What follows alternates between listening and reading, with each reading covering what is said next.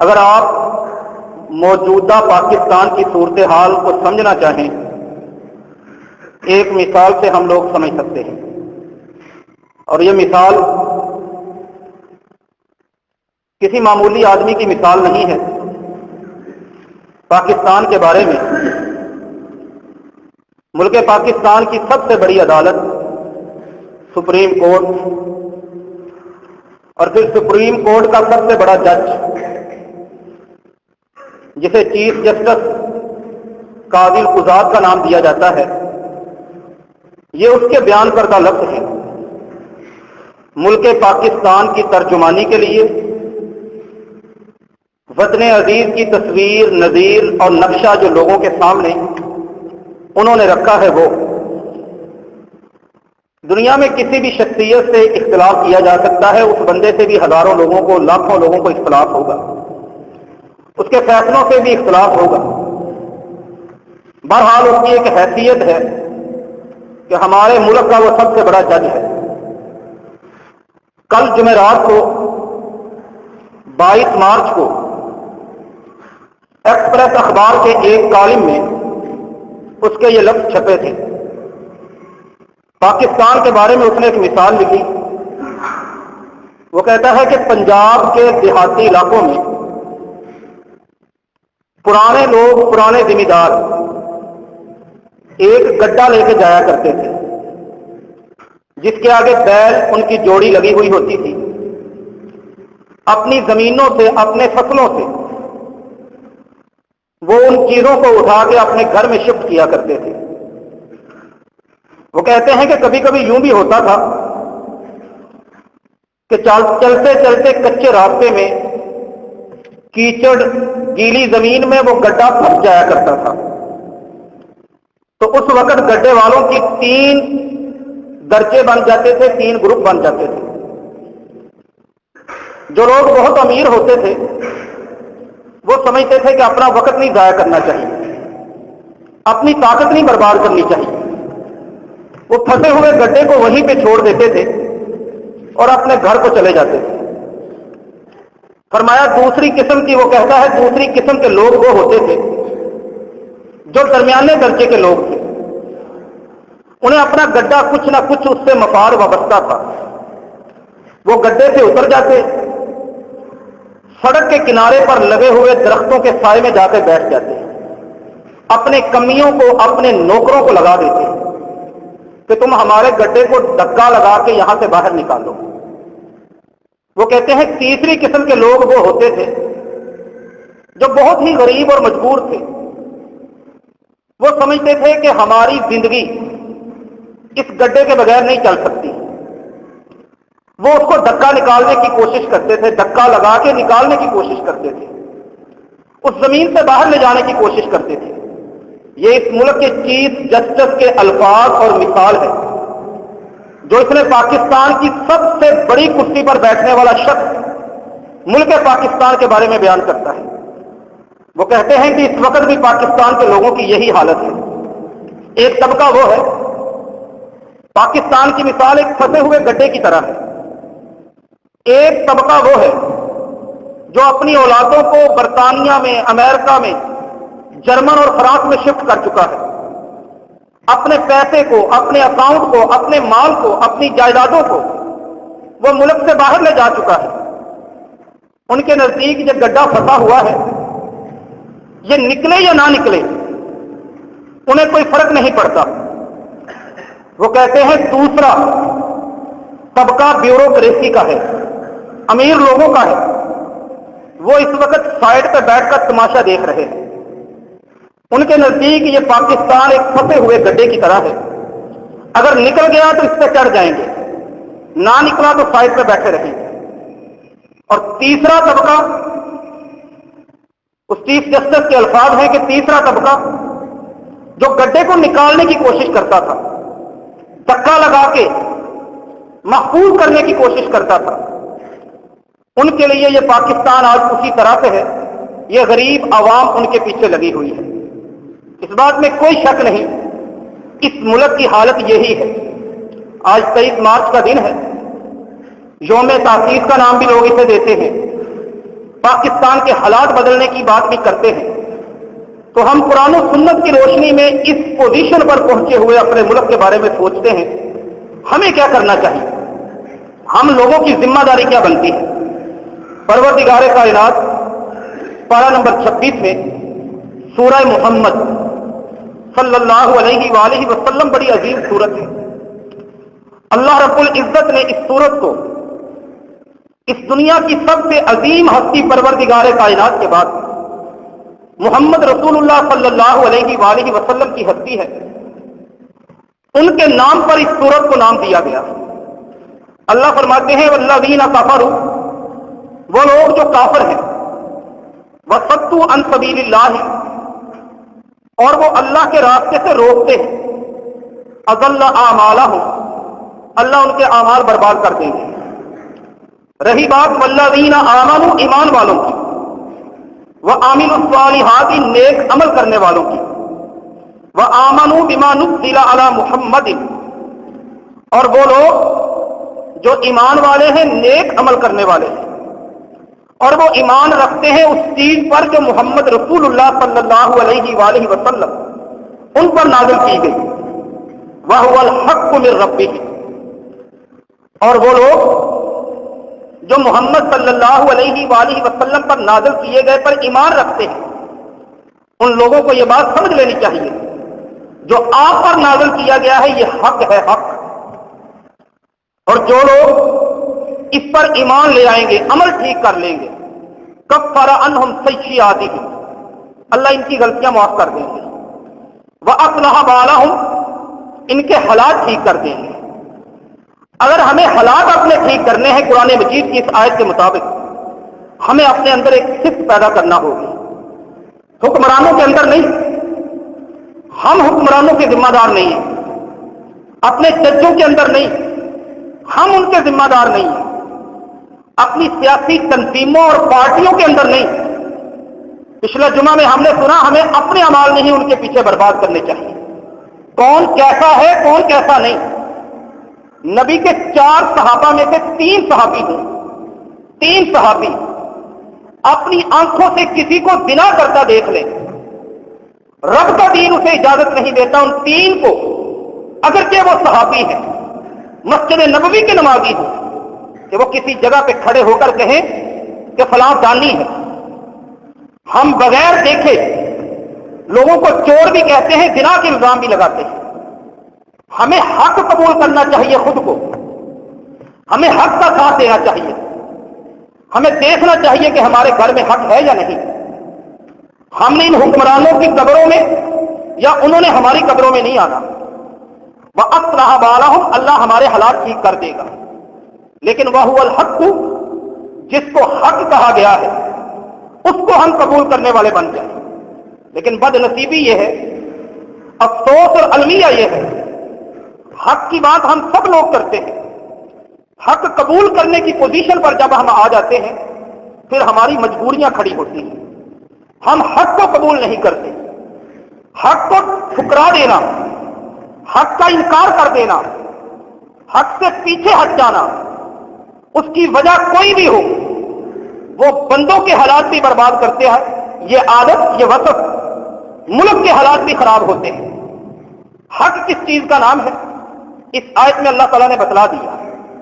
حق کسی امام کی فکر کا نام نہیں ہے، کسی سیاسی جماعت کے منشور کا نام نہیں ہے، حق کسی مفتی کے فتوے کا نام نہیں ہے، حق کسی عالم کے علم کا نام نہیں ہے، حق کسی ملا، مولوی اور خطیب کی تقریر کا نام نہیں ہے، کسی دھرنے میں پاس ہونے والی قراردادوں کا نام نہیں ہے۔ حق بما نزل علی محمد، جو محمد رسول اللہ صلی اللہ علیہ وآلہ وسلم ان پر نازل کیا گیا، اس کا نام حق ہے۔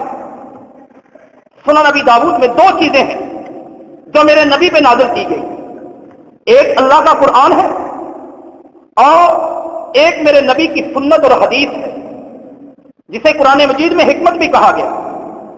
سنن نبی داؤد کتاب العلم میں 3646 نمبر حدیث ہے۔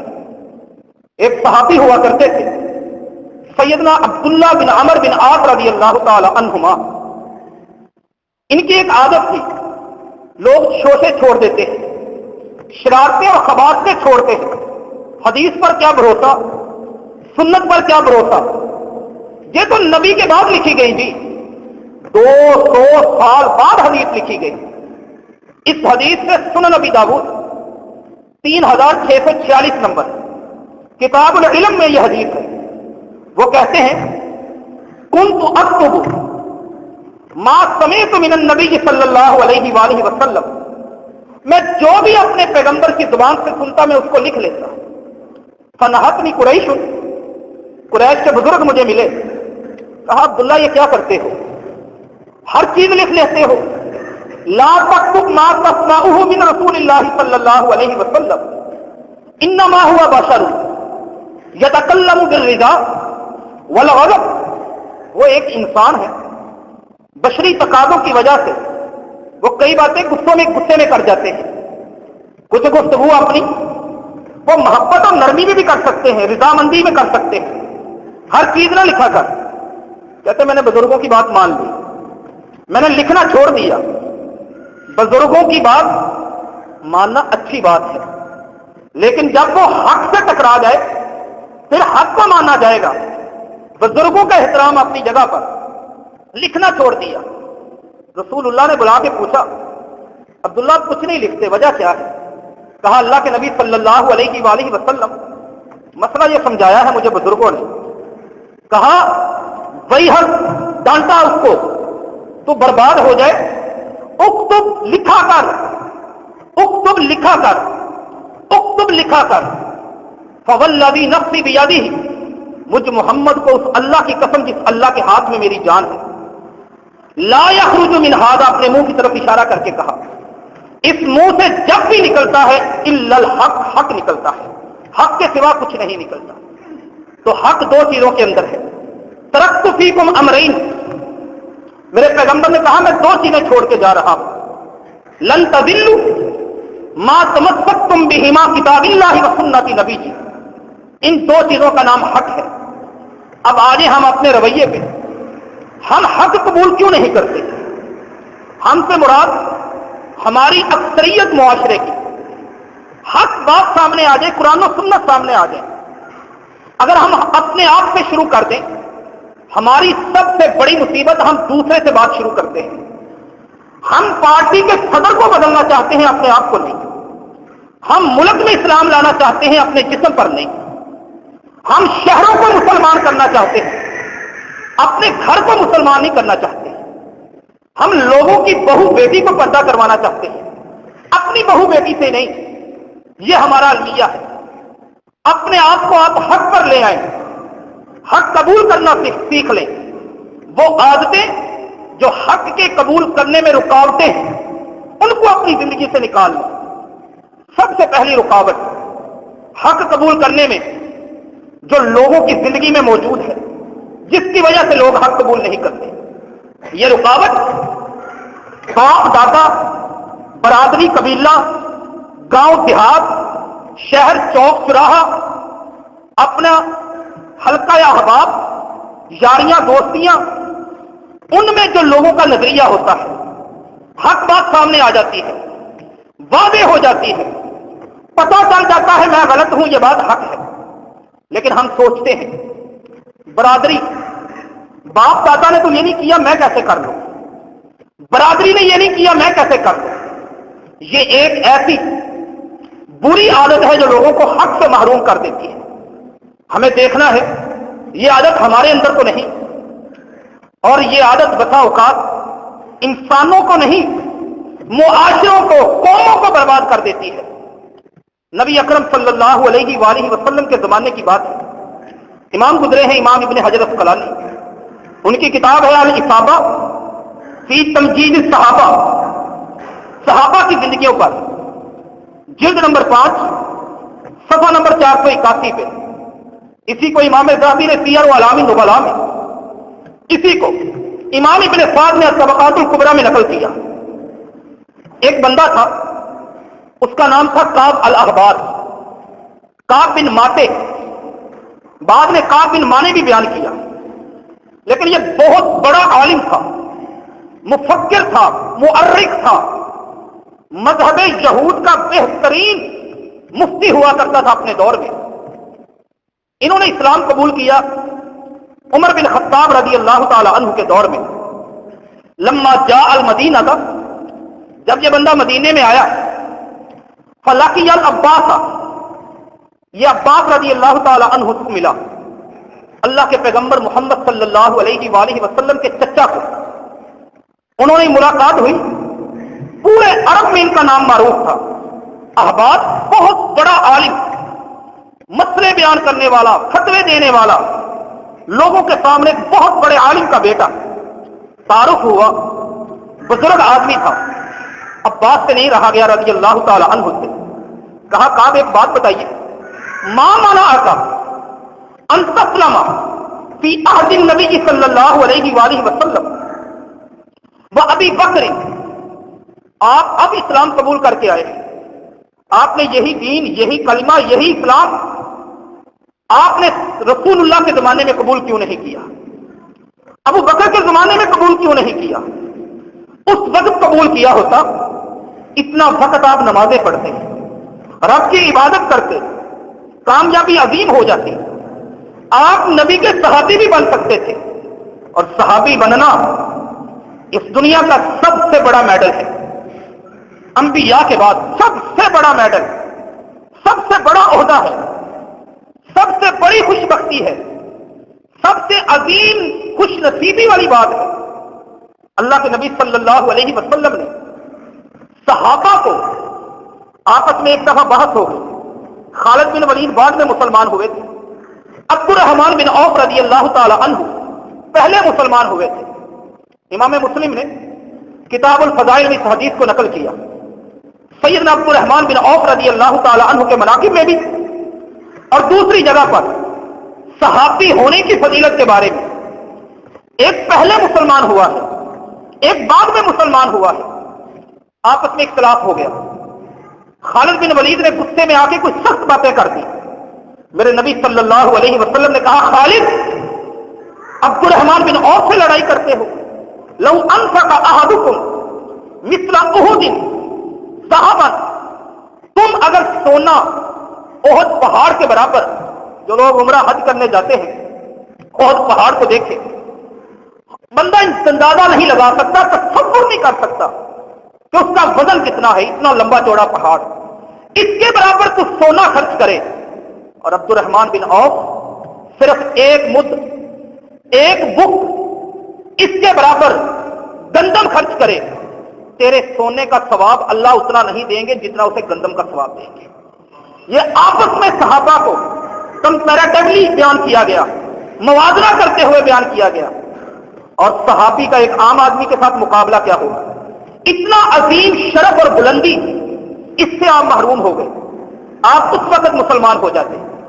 اب کعب بن ماتے عباس کو جواب دیتے ہیں رضی اللہ تعالی عنہ، نبی کے چچا کو. کہتے ہیں وہ افسوس مجھے بھی ہے، لیکن میرے ساتھ ایک پرابلم ہوگی، میرے ساتھ ایک مسئلہ، ایک مشکل. وہ یہ، ان ابی کان عالما، میرا باپ، میرا والد بہت بڑا عالم تھا، مذہب یہود کا، تورات کا عالم، تالمود کا عالم، پوری مذہب یہودیت کی گہرائیوں پر عمیق دقیق نظر رکھنے والا، باریک نظر رکھنے والا تھا. اس نے اپنی زندگی میں یہودیت کی ساری کتابوں کو جمع کیا، ان میں سے سب کا خلاصہ نکالا، ایک گائیڈ بنا دیا، ایک خلاصہ بنا دیا. اس کو اس نے کتاب تیار کی، مجھے بلا کے کہا اپنی آخری عمر میں کہ بیٹا یہ کتاب لے لے. باقی ساری کتابیں اٹھائی، اپنے گھر کی کسی پیٹی میں بند کر کے رکھ دی، تالا لگا کے مہر لگا دی. کہا تجھے میں اپنے باپ ہونے کی قسم دیتا ہوں، کبھی یہاں سے کتاب نکال کے نہیں پڑھنی. جب بھی کوئی مجبوری، پریشانی، مسئلہ درپیش ہو، میری یہ گائیڈ جو میں نے لکھی ہے، خلاصہ جو لکھا ہے، اس میں سے مسئلہ سمجھنا ہے. کہتے ہیں میرے کانوں میں آواز پڑی کہ دنیا میں آخری نبی آ چکے ہیں. میں نے فوراً باپ کی گائیڈ دی ہوئی کھولی، اس میں کہیں پر ذکر نہیں تھا. میں نے بند کر کے بھی اطمینان لے لیا. پھر کچھ دنوں بعد پتا چلا کہ ان کو اللہ تعالیٰ نے غلبہ دے دیا ہے، مکہ فتح ہو چکا ہے. پھر باپ کی گائیڈ کھولی شروع سے لے کر آخر تک، فقرات کتابہ کلہ، ساری کی ساری پڑھ لی، لیکن مجھے کوئی نشانی نہیں ملی. پھر بند کر دی، بڑے آرام، سکون، چین، اطمینان اور راحت سے پھر مذہب یہود پر عمل کرنے لگا. پھر پتہ چلا وہ فوت ہو چکے ہیں، ہر طرف اسلام کا غلبہ ہے. پھر کتاب کھولی، پھر پڑھی، پھر کوئی بات نہیں ملی. اس کے بعد ابو بکر صدیق رضی اللہ تعالیٰ عنہ کا دور. ایک دن بڑھاپے میں دل میں خیال آیا، باپ کا آج قسم، اس کا معاہدہ، اس کا وعدہ، اس کا عہد، اس کی قسم توڑ دوں. قسم توڑی، اصل توڑاق نکال کے پڑھی. اس میں محمد رسول اللہ صلی اللہ علیہ وآلہ وسلم کی نشانیاں بھی تھیں، اور صاف اور وصف بھی تھے آخری امت کے آنے کی، اور آخری امت کی نشانیاں بھی تھیں. اس وجہ سے میں نے اسلام قبول کیا. پہلے کیوں نہ کیا کہ باپ کو کیسے چھوڑ دوں، اپنے باپ کے عقیدے اور نظریے کو کیسے چھوڑ دوں. یہ آج کے اس معاشرے کا المیہ بھی ہے ہم پاکستانیوں میں. حق بات ہمارے سامنے، سچا لیڈر ہمارے سامنے آ جاتا ہے، حق نعرہ ہمارے سامنے آ جاتا ہے، لیکن ہم اپنے احباب کی وجہ سے اسے قبول نہیں کر پاتے. صحیح منہج، صحیح عقیدہ ہمارے سامنے آ جاتا ہے، ہم اسے قبول نہیں کر پاتے. اور پھر اس نے مدینہ میں رہ کر عمر بن خطاب رضی اللہ تعالی عنہ سے حدیثیں سنی، پڑھی.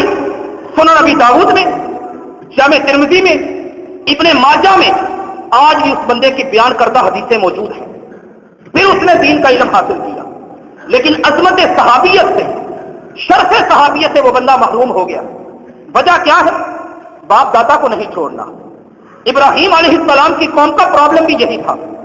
انہوں نے کہا سورۃ انبیاء میں پارہ نمبر 17 ہے، اپنی قوم سے ما هذه التماثيل التي انتم لها عاکفون، یہ بتوں کے مجاور بن کے بیٹھے ہو کیوں؟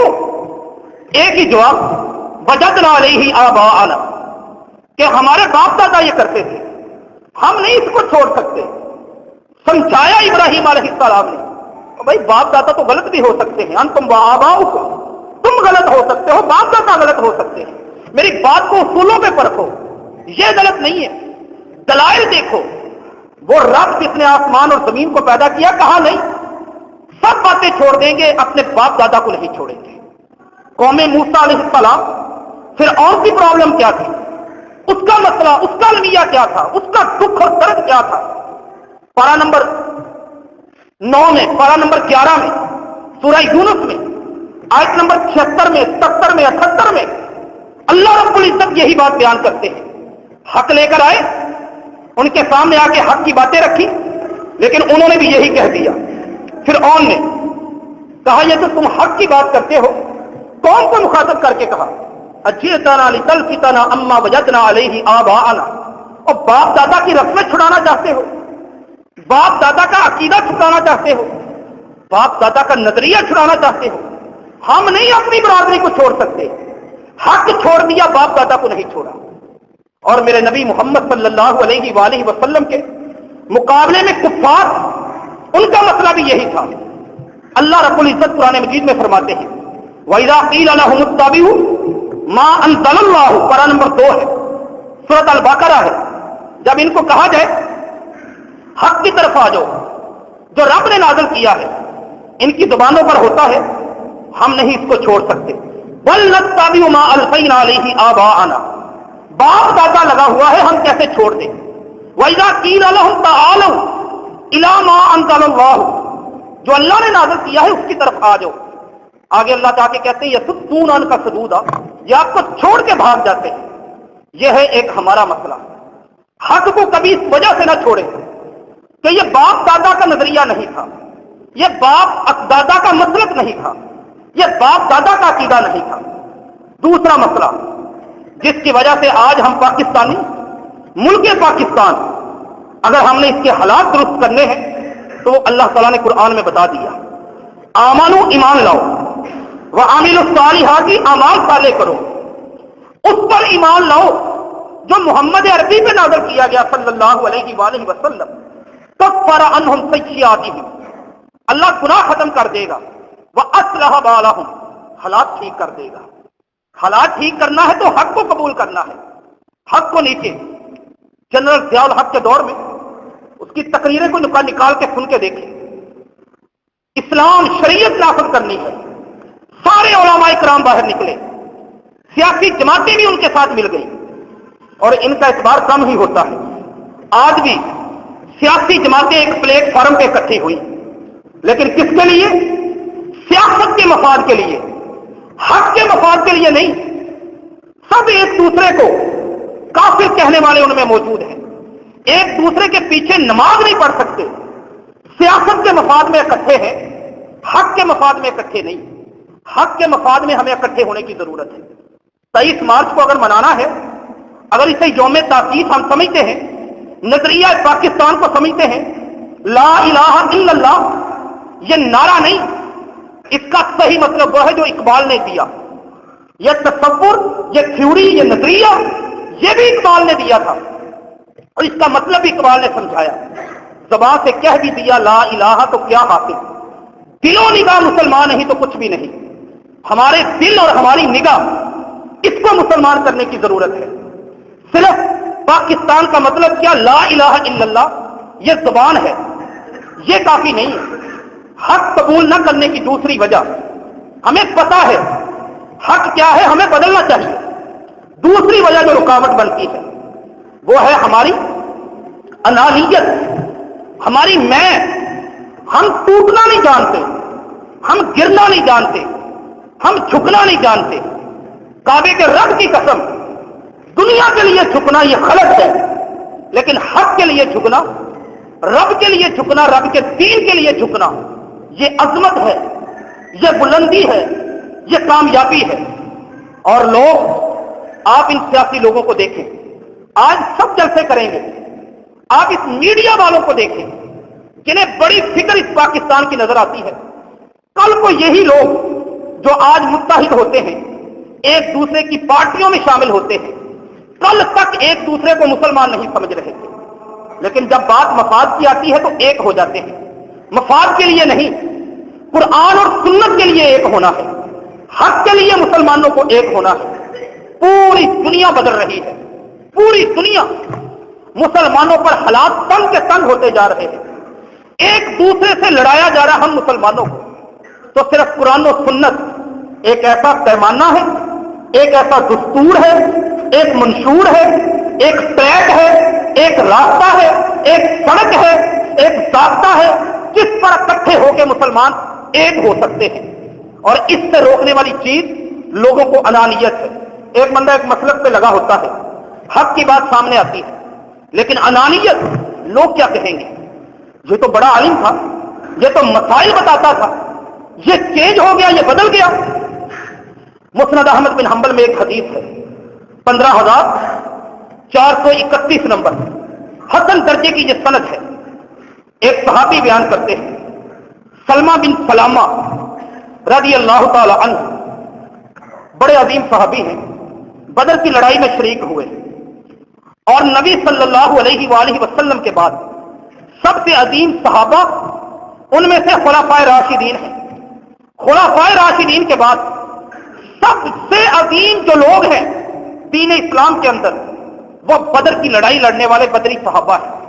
ان میں سے ہیں یہ.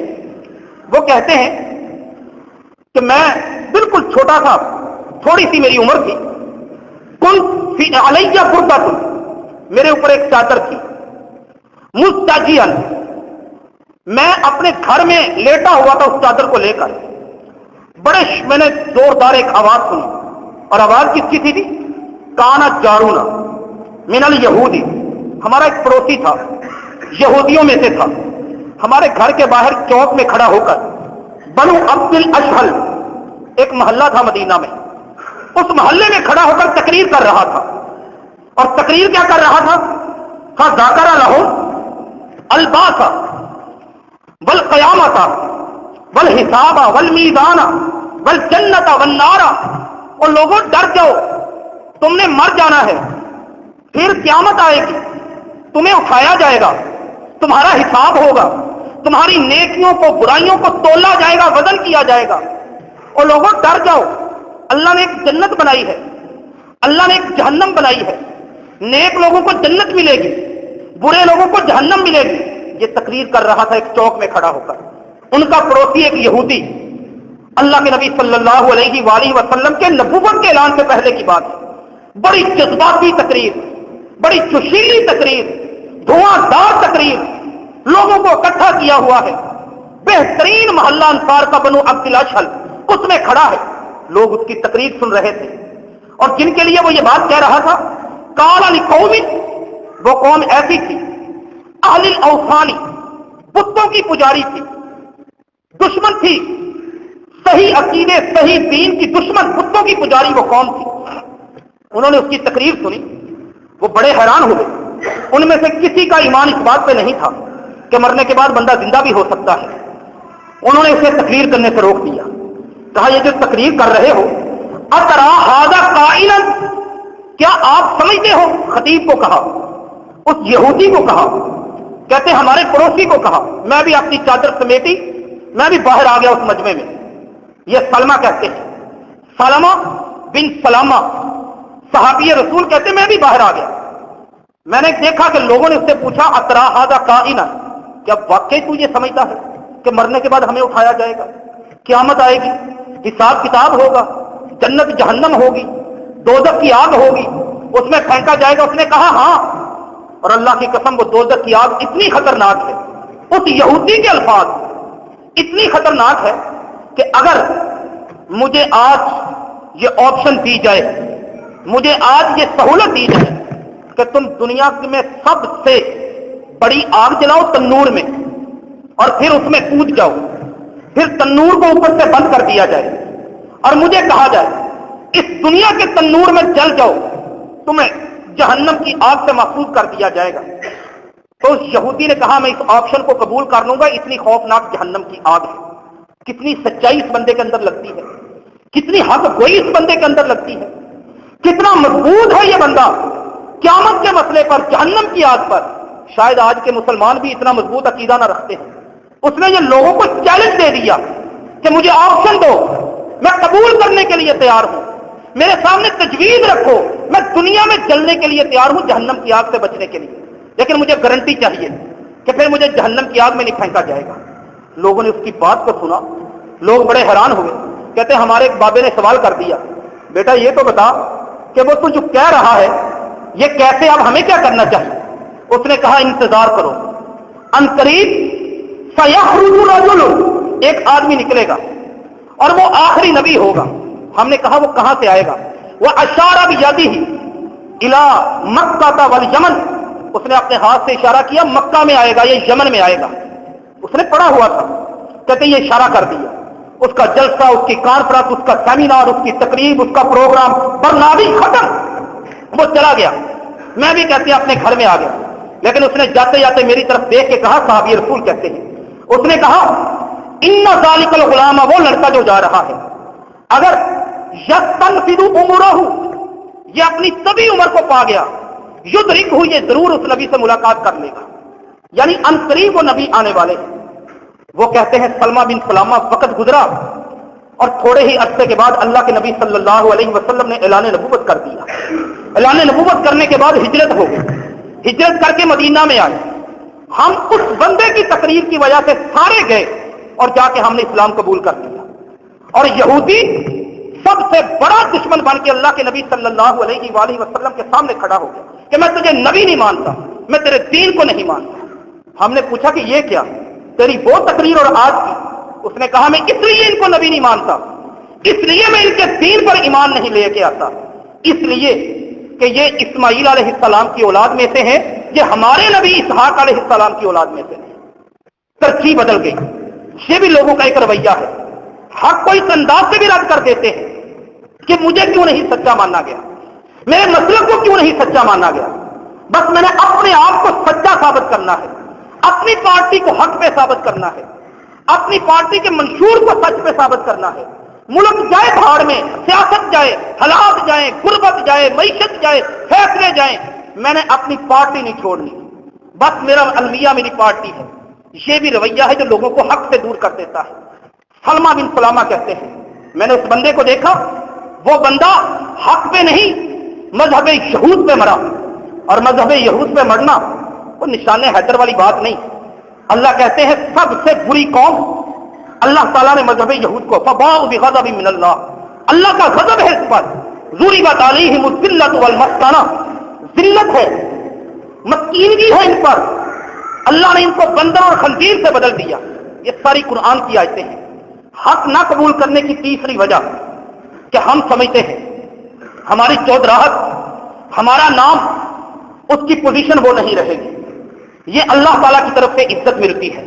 وَتُعِزُّ مَن تَشَاءُ وَتُذِلُّ مَن تَشَاءُ. عزت کا مالک اللہ تعالیٰ ہے. عزت اللہ تعالیٰ دیتا ہے، بلندیاں رب دیتا ہے، رفعتیں رب دیتا ہے. آپ حق کو قبول کرنے والے بن جائیں.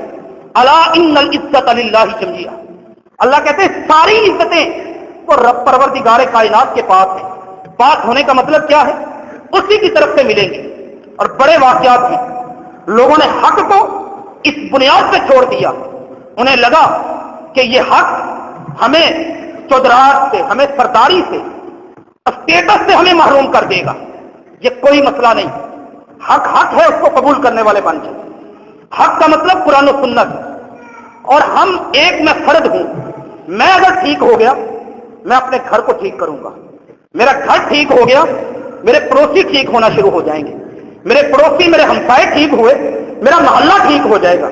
اور جب میرا محلہ سدھرنے لگا پھر میرا گاؤں سدھرنے لگے گا. اور جب گاؤں سدھرتا ہے پھر اسی طرح تحصیل، پھر شہر. یہ ہے انقلاب کی اکائی.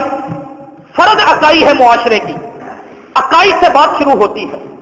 کوئی بھی دنیا کی رقم اوپر کے حصے سے نیچے نہیں آتی. نیچے کے حصے ملتے جاتے ہیں تو رقم بڑی ہوتی جاتی ہے.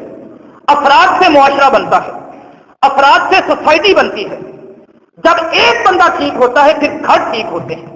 پاکستان میں لا الہ الا اللہ کا نظام لانا یہ آپ کی اور میری ذمہ داری نہیں. ہمارا پاکستان وہ 5 مرلے کا ہمارا گھر ہے. ہمارا پاکستان 10 مرلے کا ہمارا گھر ہے. ہمارا پاکستان 1 کنال کا ہمارا گھر ہے. ہم اس پہ اسلام نافذ کر دیں. ہمارا پاکستان، ہمارا یہ 5 فٹ کا بدن اور جسم ہے، ہمارا یہ چہرہ ہے. اس کو ہم نبی کی سنت حق اس چہرے پہ نافذ کر دیں. اپنے لباس پہ حق نافذ کر دیں. اپنے گھر میں، اپنے دل پہ حق نافذ کر دیں. حق نافذ ہونا شروع ہو جائے گا. اس میں نہ تو انانیت ہونی چاہیے، نہ برادری کی رسمیں اور باپ دادا کا عقیدہ ہونا چاہیے رکاوٹ، نہ ہی اسٹیٹس کا ڈر ہونا چاہیے. مسلمہ کذاب آیا، مسلم کی حدیث ہے، صحیح مسلم کی 2273 نمبر حدیث. اور بڑا چودھری بن کے آیا، اپنی سارا پروٹوکول اپنے ساتھ لے کر آیا. صاحب حیثیت بندہ تھا، یمامہ سے اس کا تعلق تھا. مدینہ میں آ گیا اللہ کے نبی صلی اللہ علیہ وآلہ وسلم سے ملاقات کے لیے. اپنے سارے یار بیلیوں کو، دوستوں کو، فرینڈز کو، پروٹوکول جو دینے والے لوگ تھے ان کو پہلے مدینہ سے باہر بٹھایا، پھر ان کو بھی ساتھ بلا لیا اور آ کے کہا بلاؤ اپنے نبی محمد کو صلی اللہ علیہ وآلہ وسلم. اللہ کے نبی کو پیغام ملا. نبی اکرم صلی اللہ علیہ وآلہ وسلم وفی یدہ قطعۃ من جرید، ایک شاخ کا چھوٹا سا ٹکڑا میرے نبی کے ہاتھ میں ہے. ومعہ قیس بن شماس، آپ کے ساتھ سیدنا قیس بن شماس وہ رضی اللہ تعالیٰ عنہ وہ صحابی ہے. آگے اللہ کے نبی صلی اللہ علیہ وآلہ وسلم آ کے ان سے ملاقات ہوئی. اس سے مسلمہ سے کہا ہاں مسلمہ. کہنے لگا میں آیا ہوں. کون ساتھ لے کر آیا ہوں؟ پروٹوکول کے ساتھ آیا ہوں. اور سنیے، اگر میں نے آپ کا دین قبول کیا نا، میں اکیلا نہیں، میری ساری قوم، میرا سارا قبیلہ میرے ساتھ آئے ہوئے مورخین نے 150 کے قریب اس کے طرف محافظوں کی تعداد لکھی ہے. یہ سارے لوگ اسلام قبول کر لیں گے، لیکن میری ایک شرط ہے، وہ ہے اجعل الامر لی. آپ میرے لیے یہ وصیت لکھ دیں، معاملہ لکھ دیں کہ آپ کے بعد آپ کے سارے ماننے والے، کلمہ پڑھنے والے مجھے قبول کریں اپنے حکمران کے طور پر. اس لیے کہ میں صاحب حیثیت آدمی ہوں. میں اسلام اس بات پہ قبول کروں گا، دین اس بات پہ قبول کروں گا. حق قبول کرنا ہے لیکن مفاد کی بنیاد پر. مفاد نہیں ختم ہونے دینا، مفاد نہیں جانے دینا، مفاد کو نہیں چھوڑنا.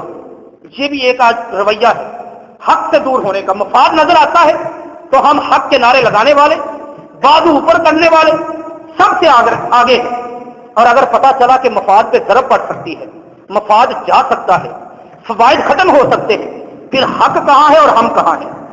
نبی اکرم صلی اللہ علیہ وآلہ وسلم نے تربیت کی اس وقت مدینہ میں اپنے موجود صحابہ کی کہا، سن مسلمہ، اگر ان سألتنی، اگر تم مجھ سے یہ مانگے نا، میرے ہاتھ میں جو ایک لکڑی کی شاخ ہے، اس کا ٹکڑا ہے، اس کا تو مجھے سوال کرے کہ یہ مجھے دے دو، میں اسلام قبول کر لیتا ہوں، میں تجھے یہ بھی نہیں دوں گا، اور میں تجھے بتا دوں اللہ تجھے ذلیل کر کے دنیا سے نیست و نابود کر دے گا۔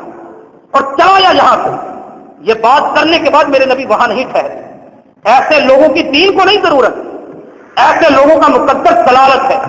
جائیے جا کر تاریخ پڑھیے مسلمہ کذاب کی، اللہ نے ایسی ذلت، ایسی بربادی اس بندے پر مسلط فرمائی جو حق مفاد کی بنیاد میں قبول کرنا چاہتا تھا۔ تاریخ ہے یمامہ میں صحابہ نے جا کر غزوہ کیا، دردناک حالت میں اپنے آپ کو اس میں نبی مشہور کر دیا، اور ابن سعد نے لکھا، لوگوں نے کہا تیرے نبی ہونے کی کیا نشانی ہے؟ ہمارا باغ سوکھ گیا ہے، اس کو ہرا کر دو۔ کہنے لگا پانی کا لوٹا لے کر آؤ۔ پانی کا لوٹا لے کر آئے، کہا میں وضو کرتا ہوں، میں کلی کروں گا تمہارا باغ ہرا ہو جائے گا۔ پورے باغ میں ایک درخت ہرا تھا، پانی کی کلی گئی، وہ بھی سوکھ گیا۔ آگے چھوڑ کے چلے گئے، ایسی ذلت قدم قدم پر، پھر یہ ہلاک ہوا، واصل جہنم ہوا۔ یہ دوسری وجہ ہے۔ سیدنا عمر بن خطاب رضی اللہ تعالی عنہ کے زمانے میں جبلہ بن ایہم، ابن سعد نے طبقات ابن کبریٰ میں لکھا، طبقات الکبریٰ میں لکھا، جلد نمبر 9 صفحہ نمبر 701 پہ، ان کے جبلہ بن ایہم اسلام قبول کر لیا، ایک چودھری بندہ، سردار بندہ، دین قبول کر لیا، مدینہ میں آ گیا، سارے ساتھیوں کو بھی تقریر کر کے کہا کہ دین قبول کر لو، دین قبول کر لیا۔ عمر بن خطاب بڑے خوش ہوئے، حج کرنے کے لیے نکلے، ساتھ لے کر چلے گئے۔ وہ ہوا یطوف بالکعبہ، وہ کعبۃ اللہ کا طواف کر رہا تھا۔ بنو فزارہ کا ایک غریب آدمی اس کے پیچھے تھا، وہ اس میں ٹکرا گیا، پیچھے پلٹا، اس بنو فزارہ کے ایک بہترین مسلمان صحابی رسول پہ زور سے تھپڑ مارا، ان کی ناک کو زخمی کر دیا۔ عمر بن خطاب رضی اللہ تعالی عنہ، انہوں نے اسے بلایا، کہا جبلہ اس سے معافی مانگو، اس کو راضی کرو، ورنہ قصاص ہوگا، یہ بندہ ایسے ہی تجھے تھپڑ مارے گا، تیری ناک زخمی کر دے گا۔ کہا میں اس سے، وہ ہوا سوکتن، یہ کمی آدمی، یہ کمتر آدمی، میں اپنے علاقے کا سردار آدمی، میں اس کے سامنے جھک جاؤں؟ حق قبول کرنے سے انکار کر دیا۔ وہی کعبہ اللہ مسجد حرام کے صحن میں حج کو چھوڑ کے، کعبہ کے طواف کو چھوڑ کر مرتد ہو گیا۔ عمر بن خطاب نے اس کو قتل کروا دیا۔ مفاد ہے تو ہم حق کو قبول کرتے ہیں، یہ رویہ درست نہیں۔ اصلح بالہم، اگر ہمیں اپنے ملک کے حالات درست کرنے ہیں، اپنے حالات درست کرنے ہیں، ہم ملت اسلامیہ کو شام جیسے المیے سے باہر نکالنا چاہتے ہیں، فلسطین جیسے المیے سے باہر نکالنا چاہتے ہیں، کشمیر چچنیا جیسے المیے سے باہر نکالنا چاہتے ہیں، عراق جیسی خون ریزی سے بچانا چاہتے ہیں، ہمیں اپنے آپ کو حق پہ عمل کرنے والا، حق قبول کرنے والا بننا ہوگا، اور دوسروں کو بھی بنانا ہوگا۔ اللہ سے دعا ہے اللہ تعالی ہم سب کو عمل کی توفیق دے۔ وما علینا الا البلاغ المبین۔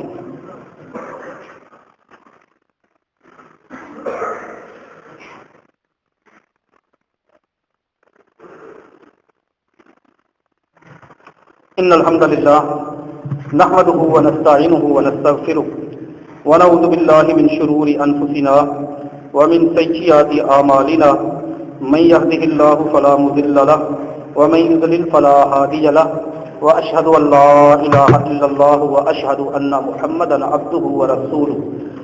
اما بعد فان خير الحديث كتاب الله، وخير الهدى هدى محمد صلى الله عليه وسلم، وشر الامور محدثاتها، وكل محدثة بدعة، وكل بدعة ضلالة، وكل ضلالة في النار۔ اللهم انصر الاسلام والمسلمين، اللهم انصر الجهاد والمجاهدين، اللهم انصر الجهاد والمجاهدين۔ سبحان ربك رب العزة عما يصفون، وسلام على المرسلين، والحمد لله رب العالمين۔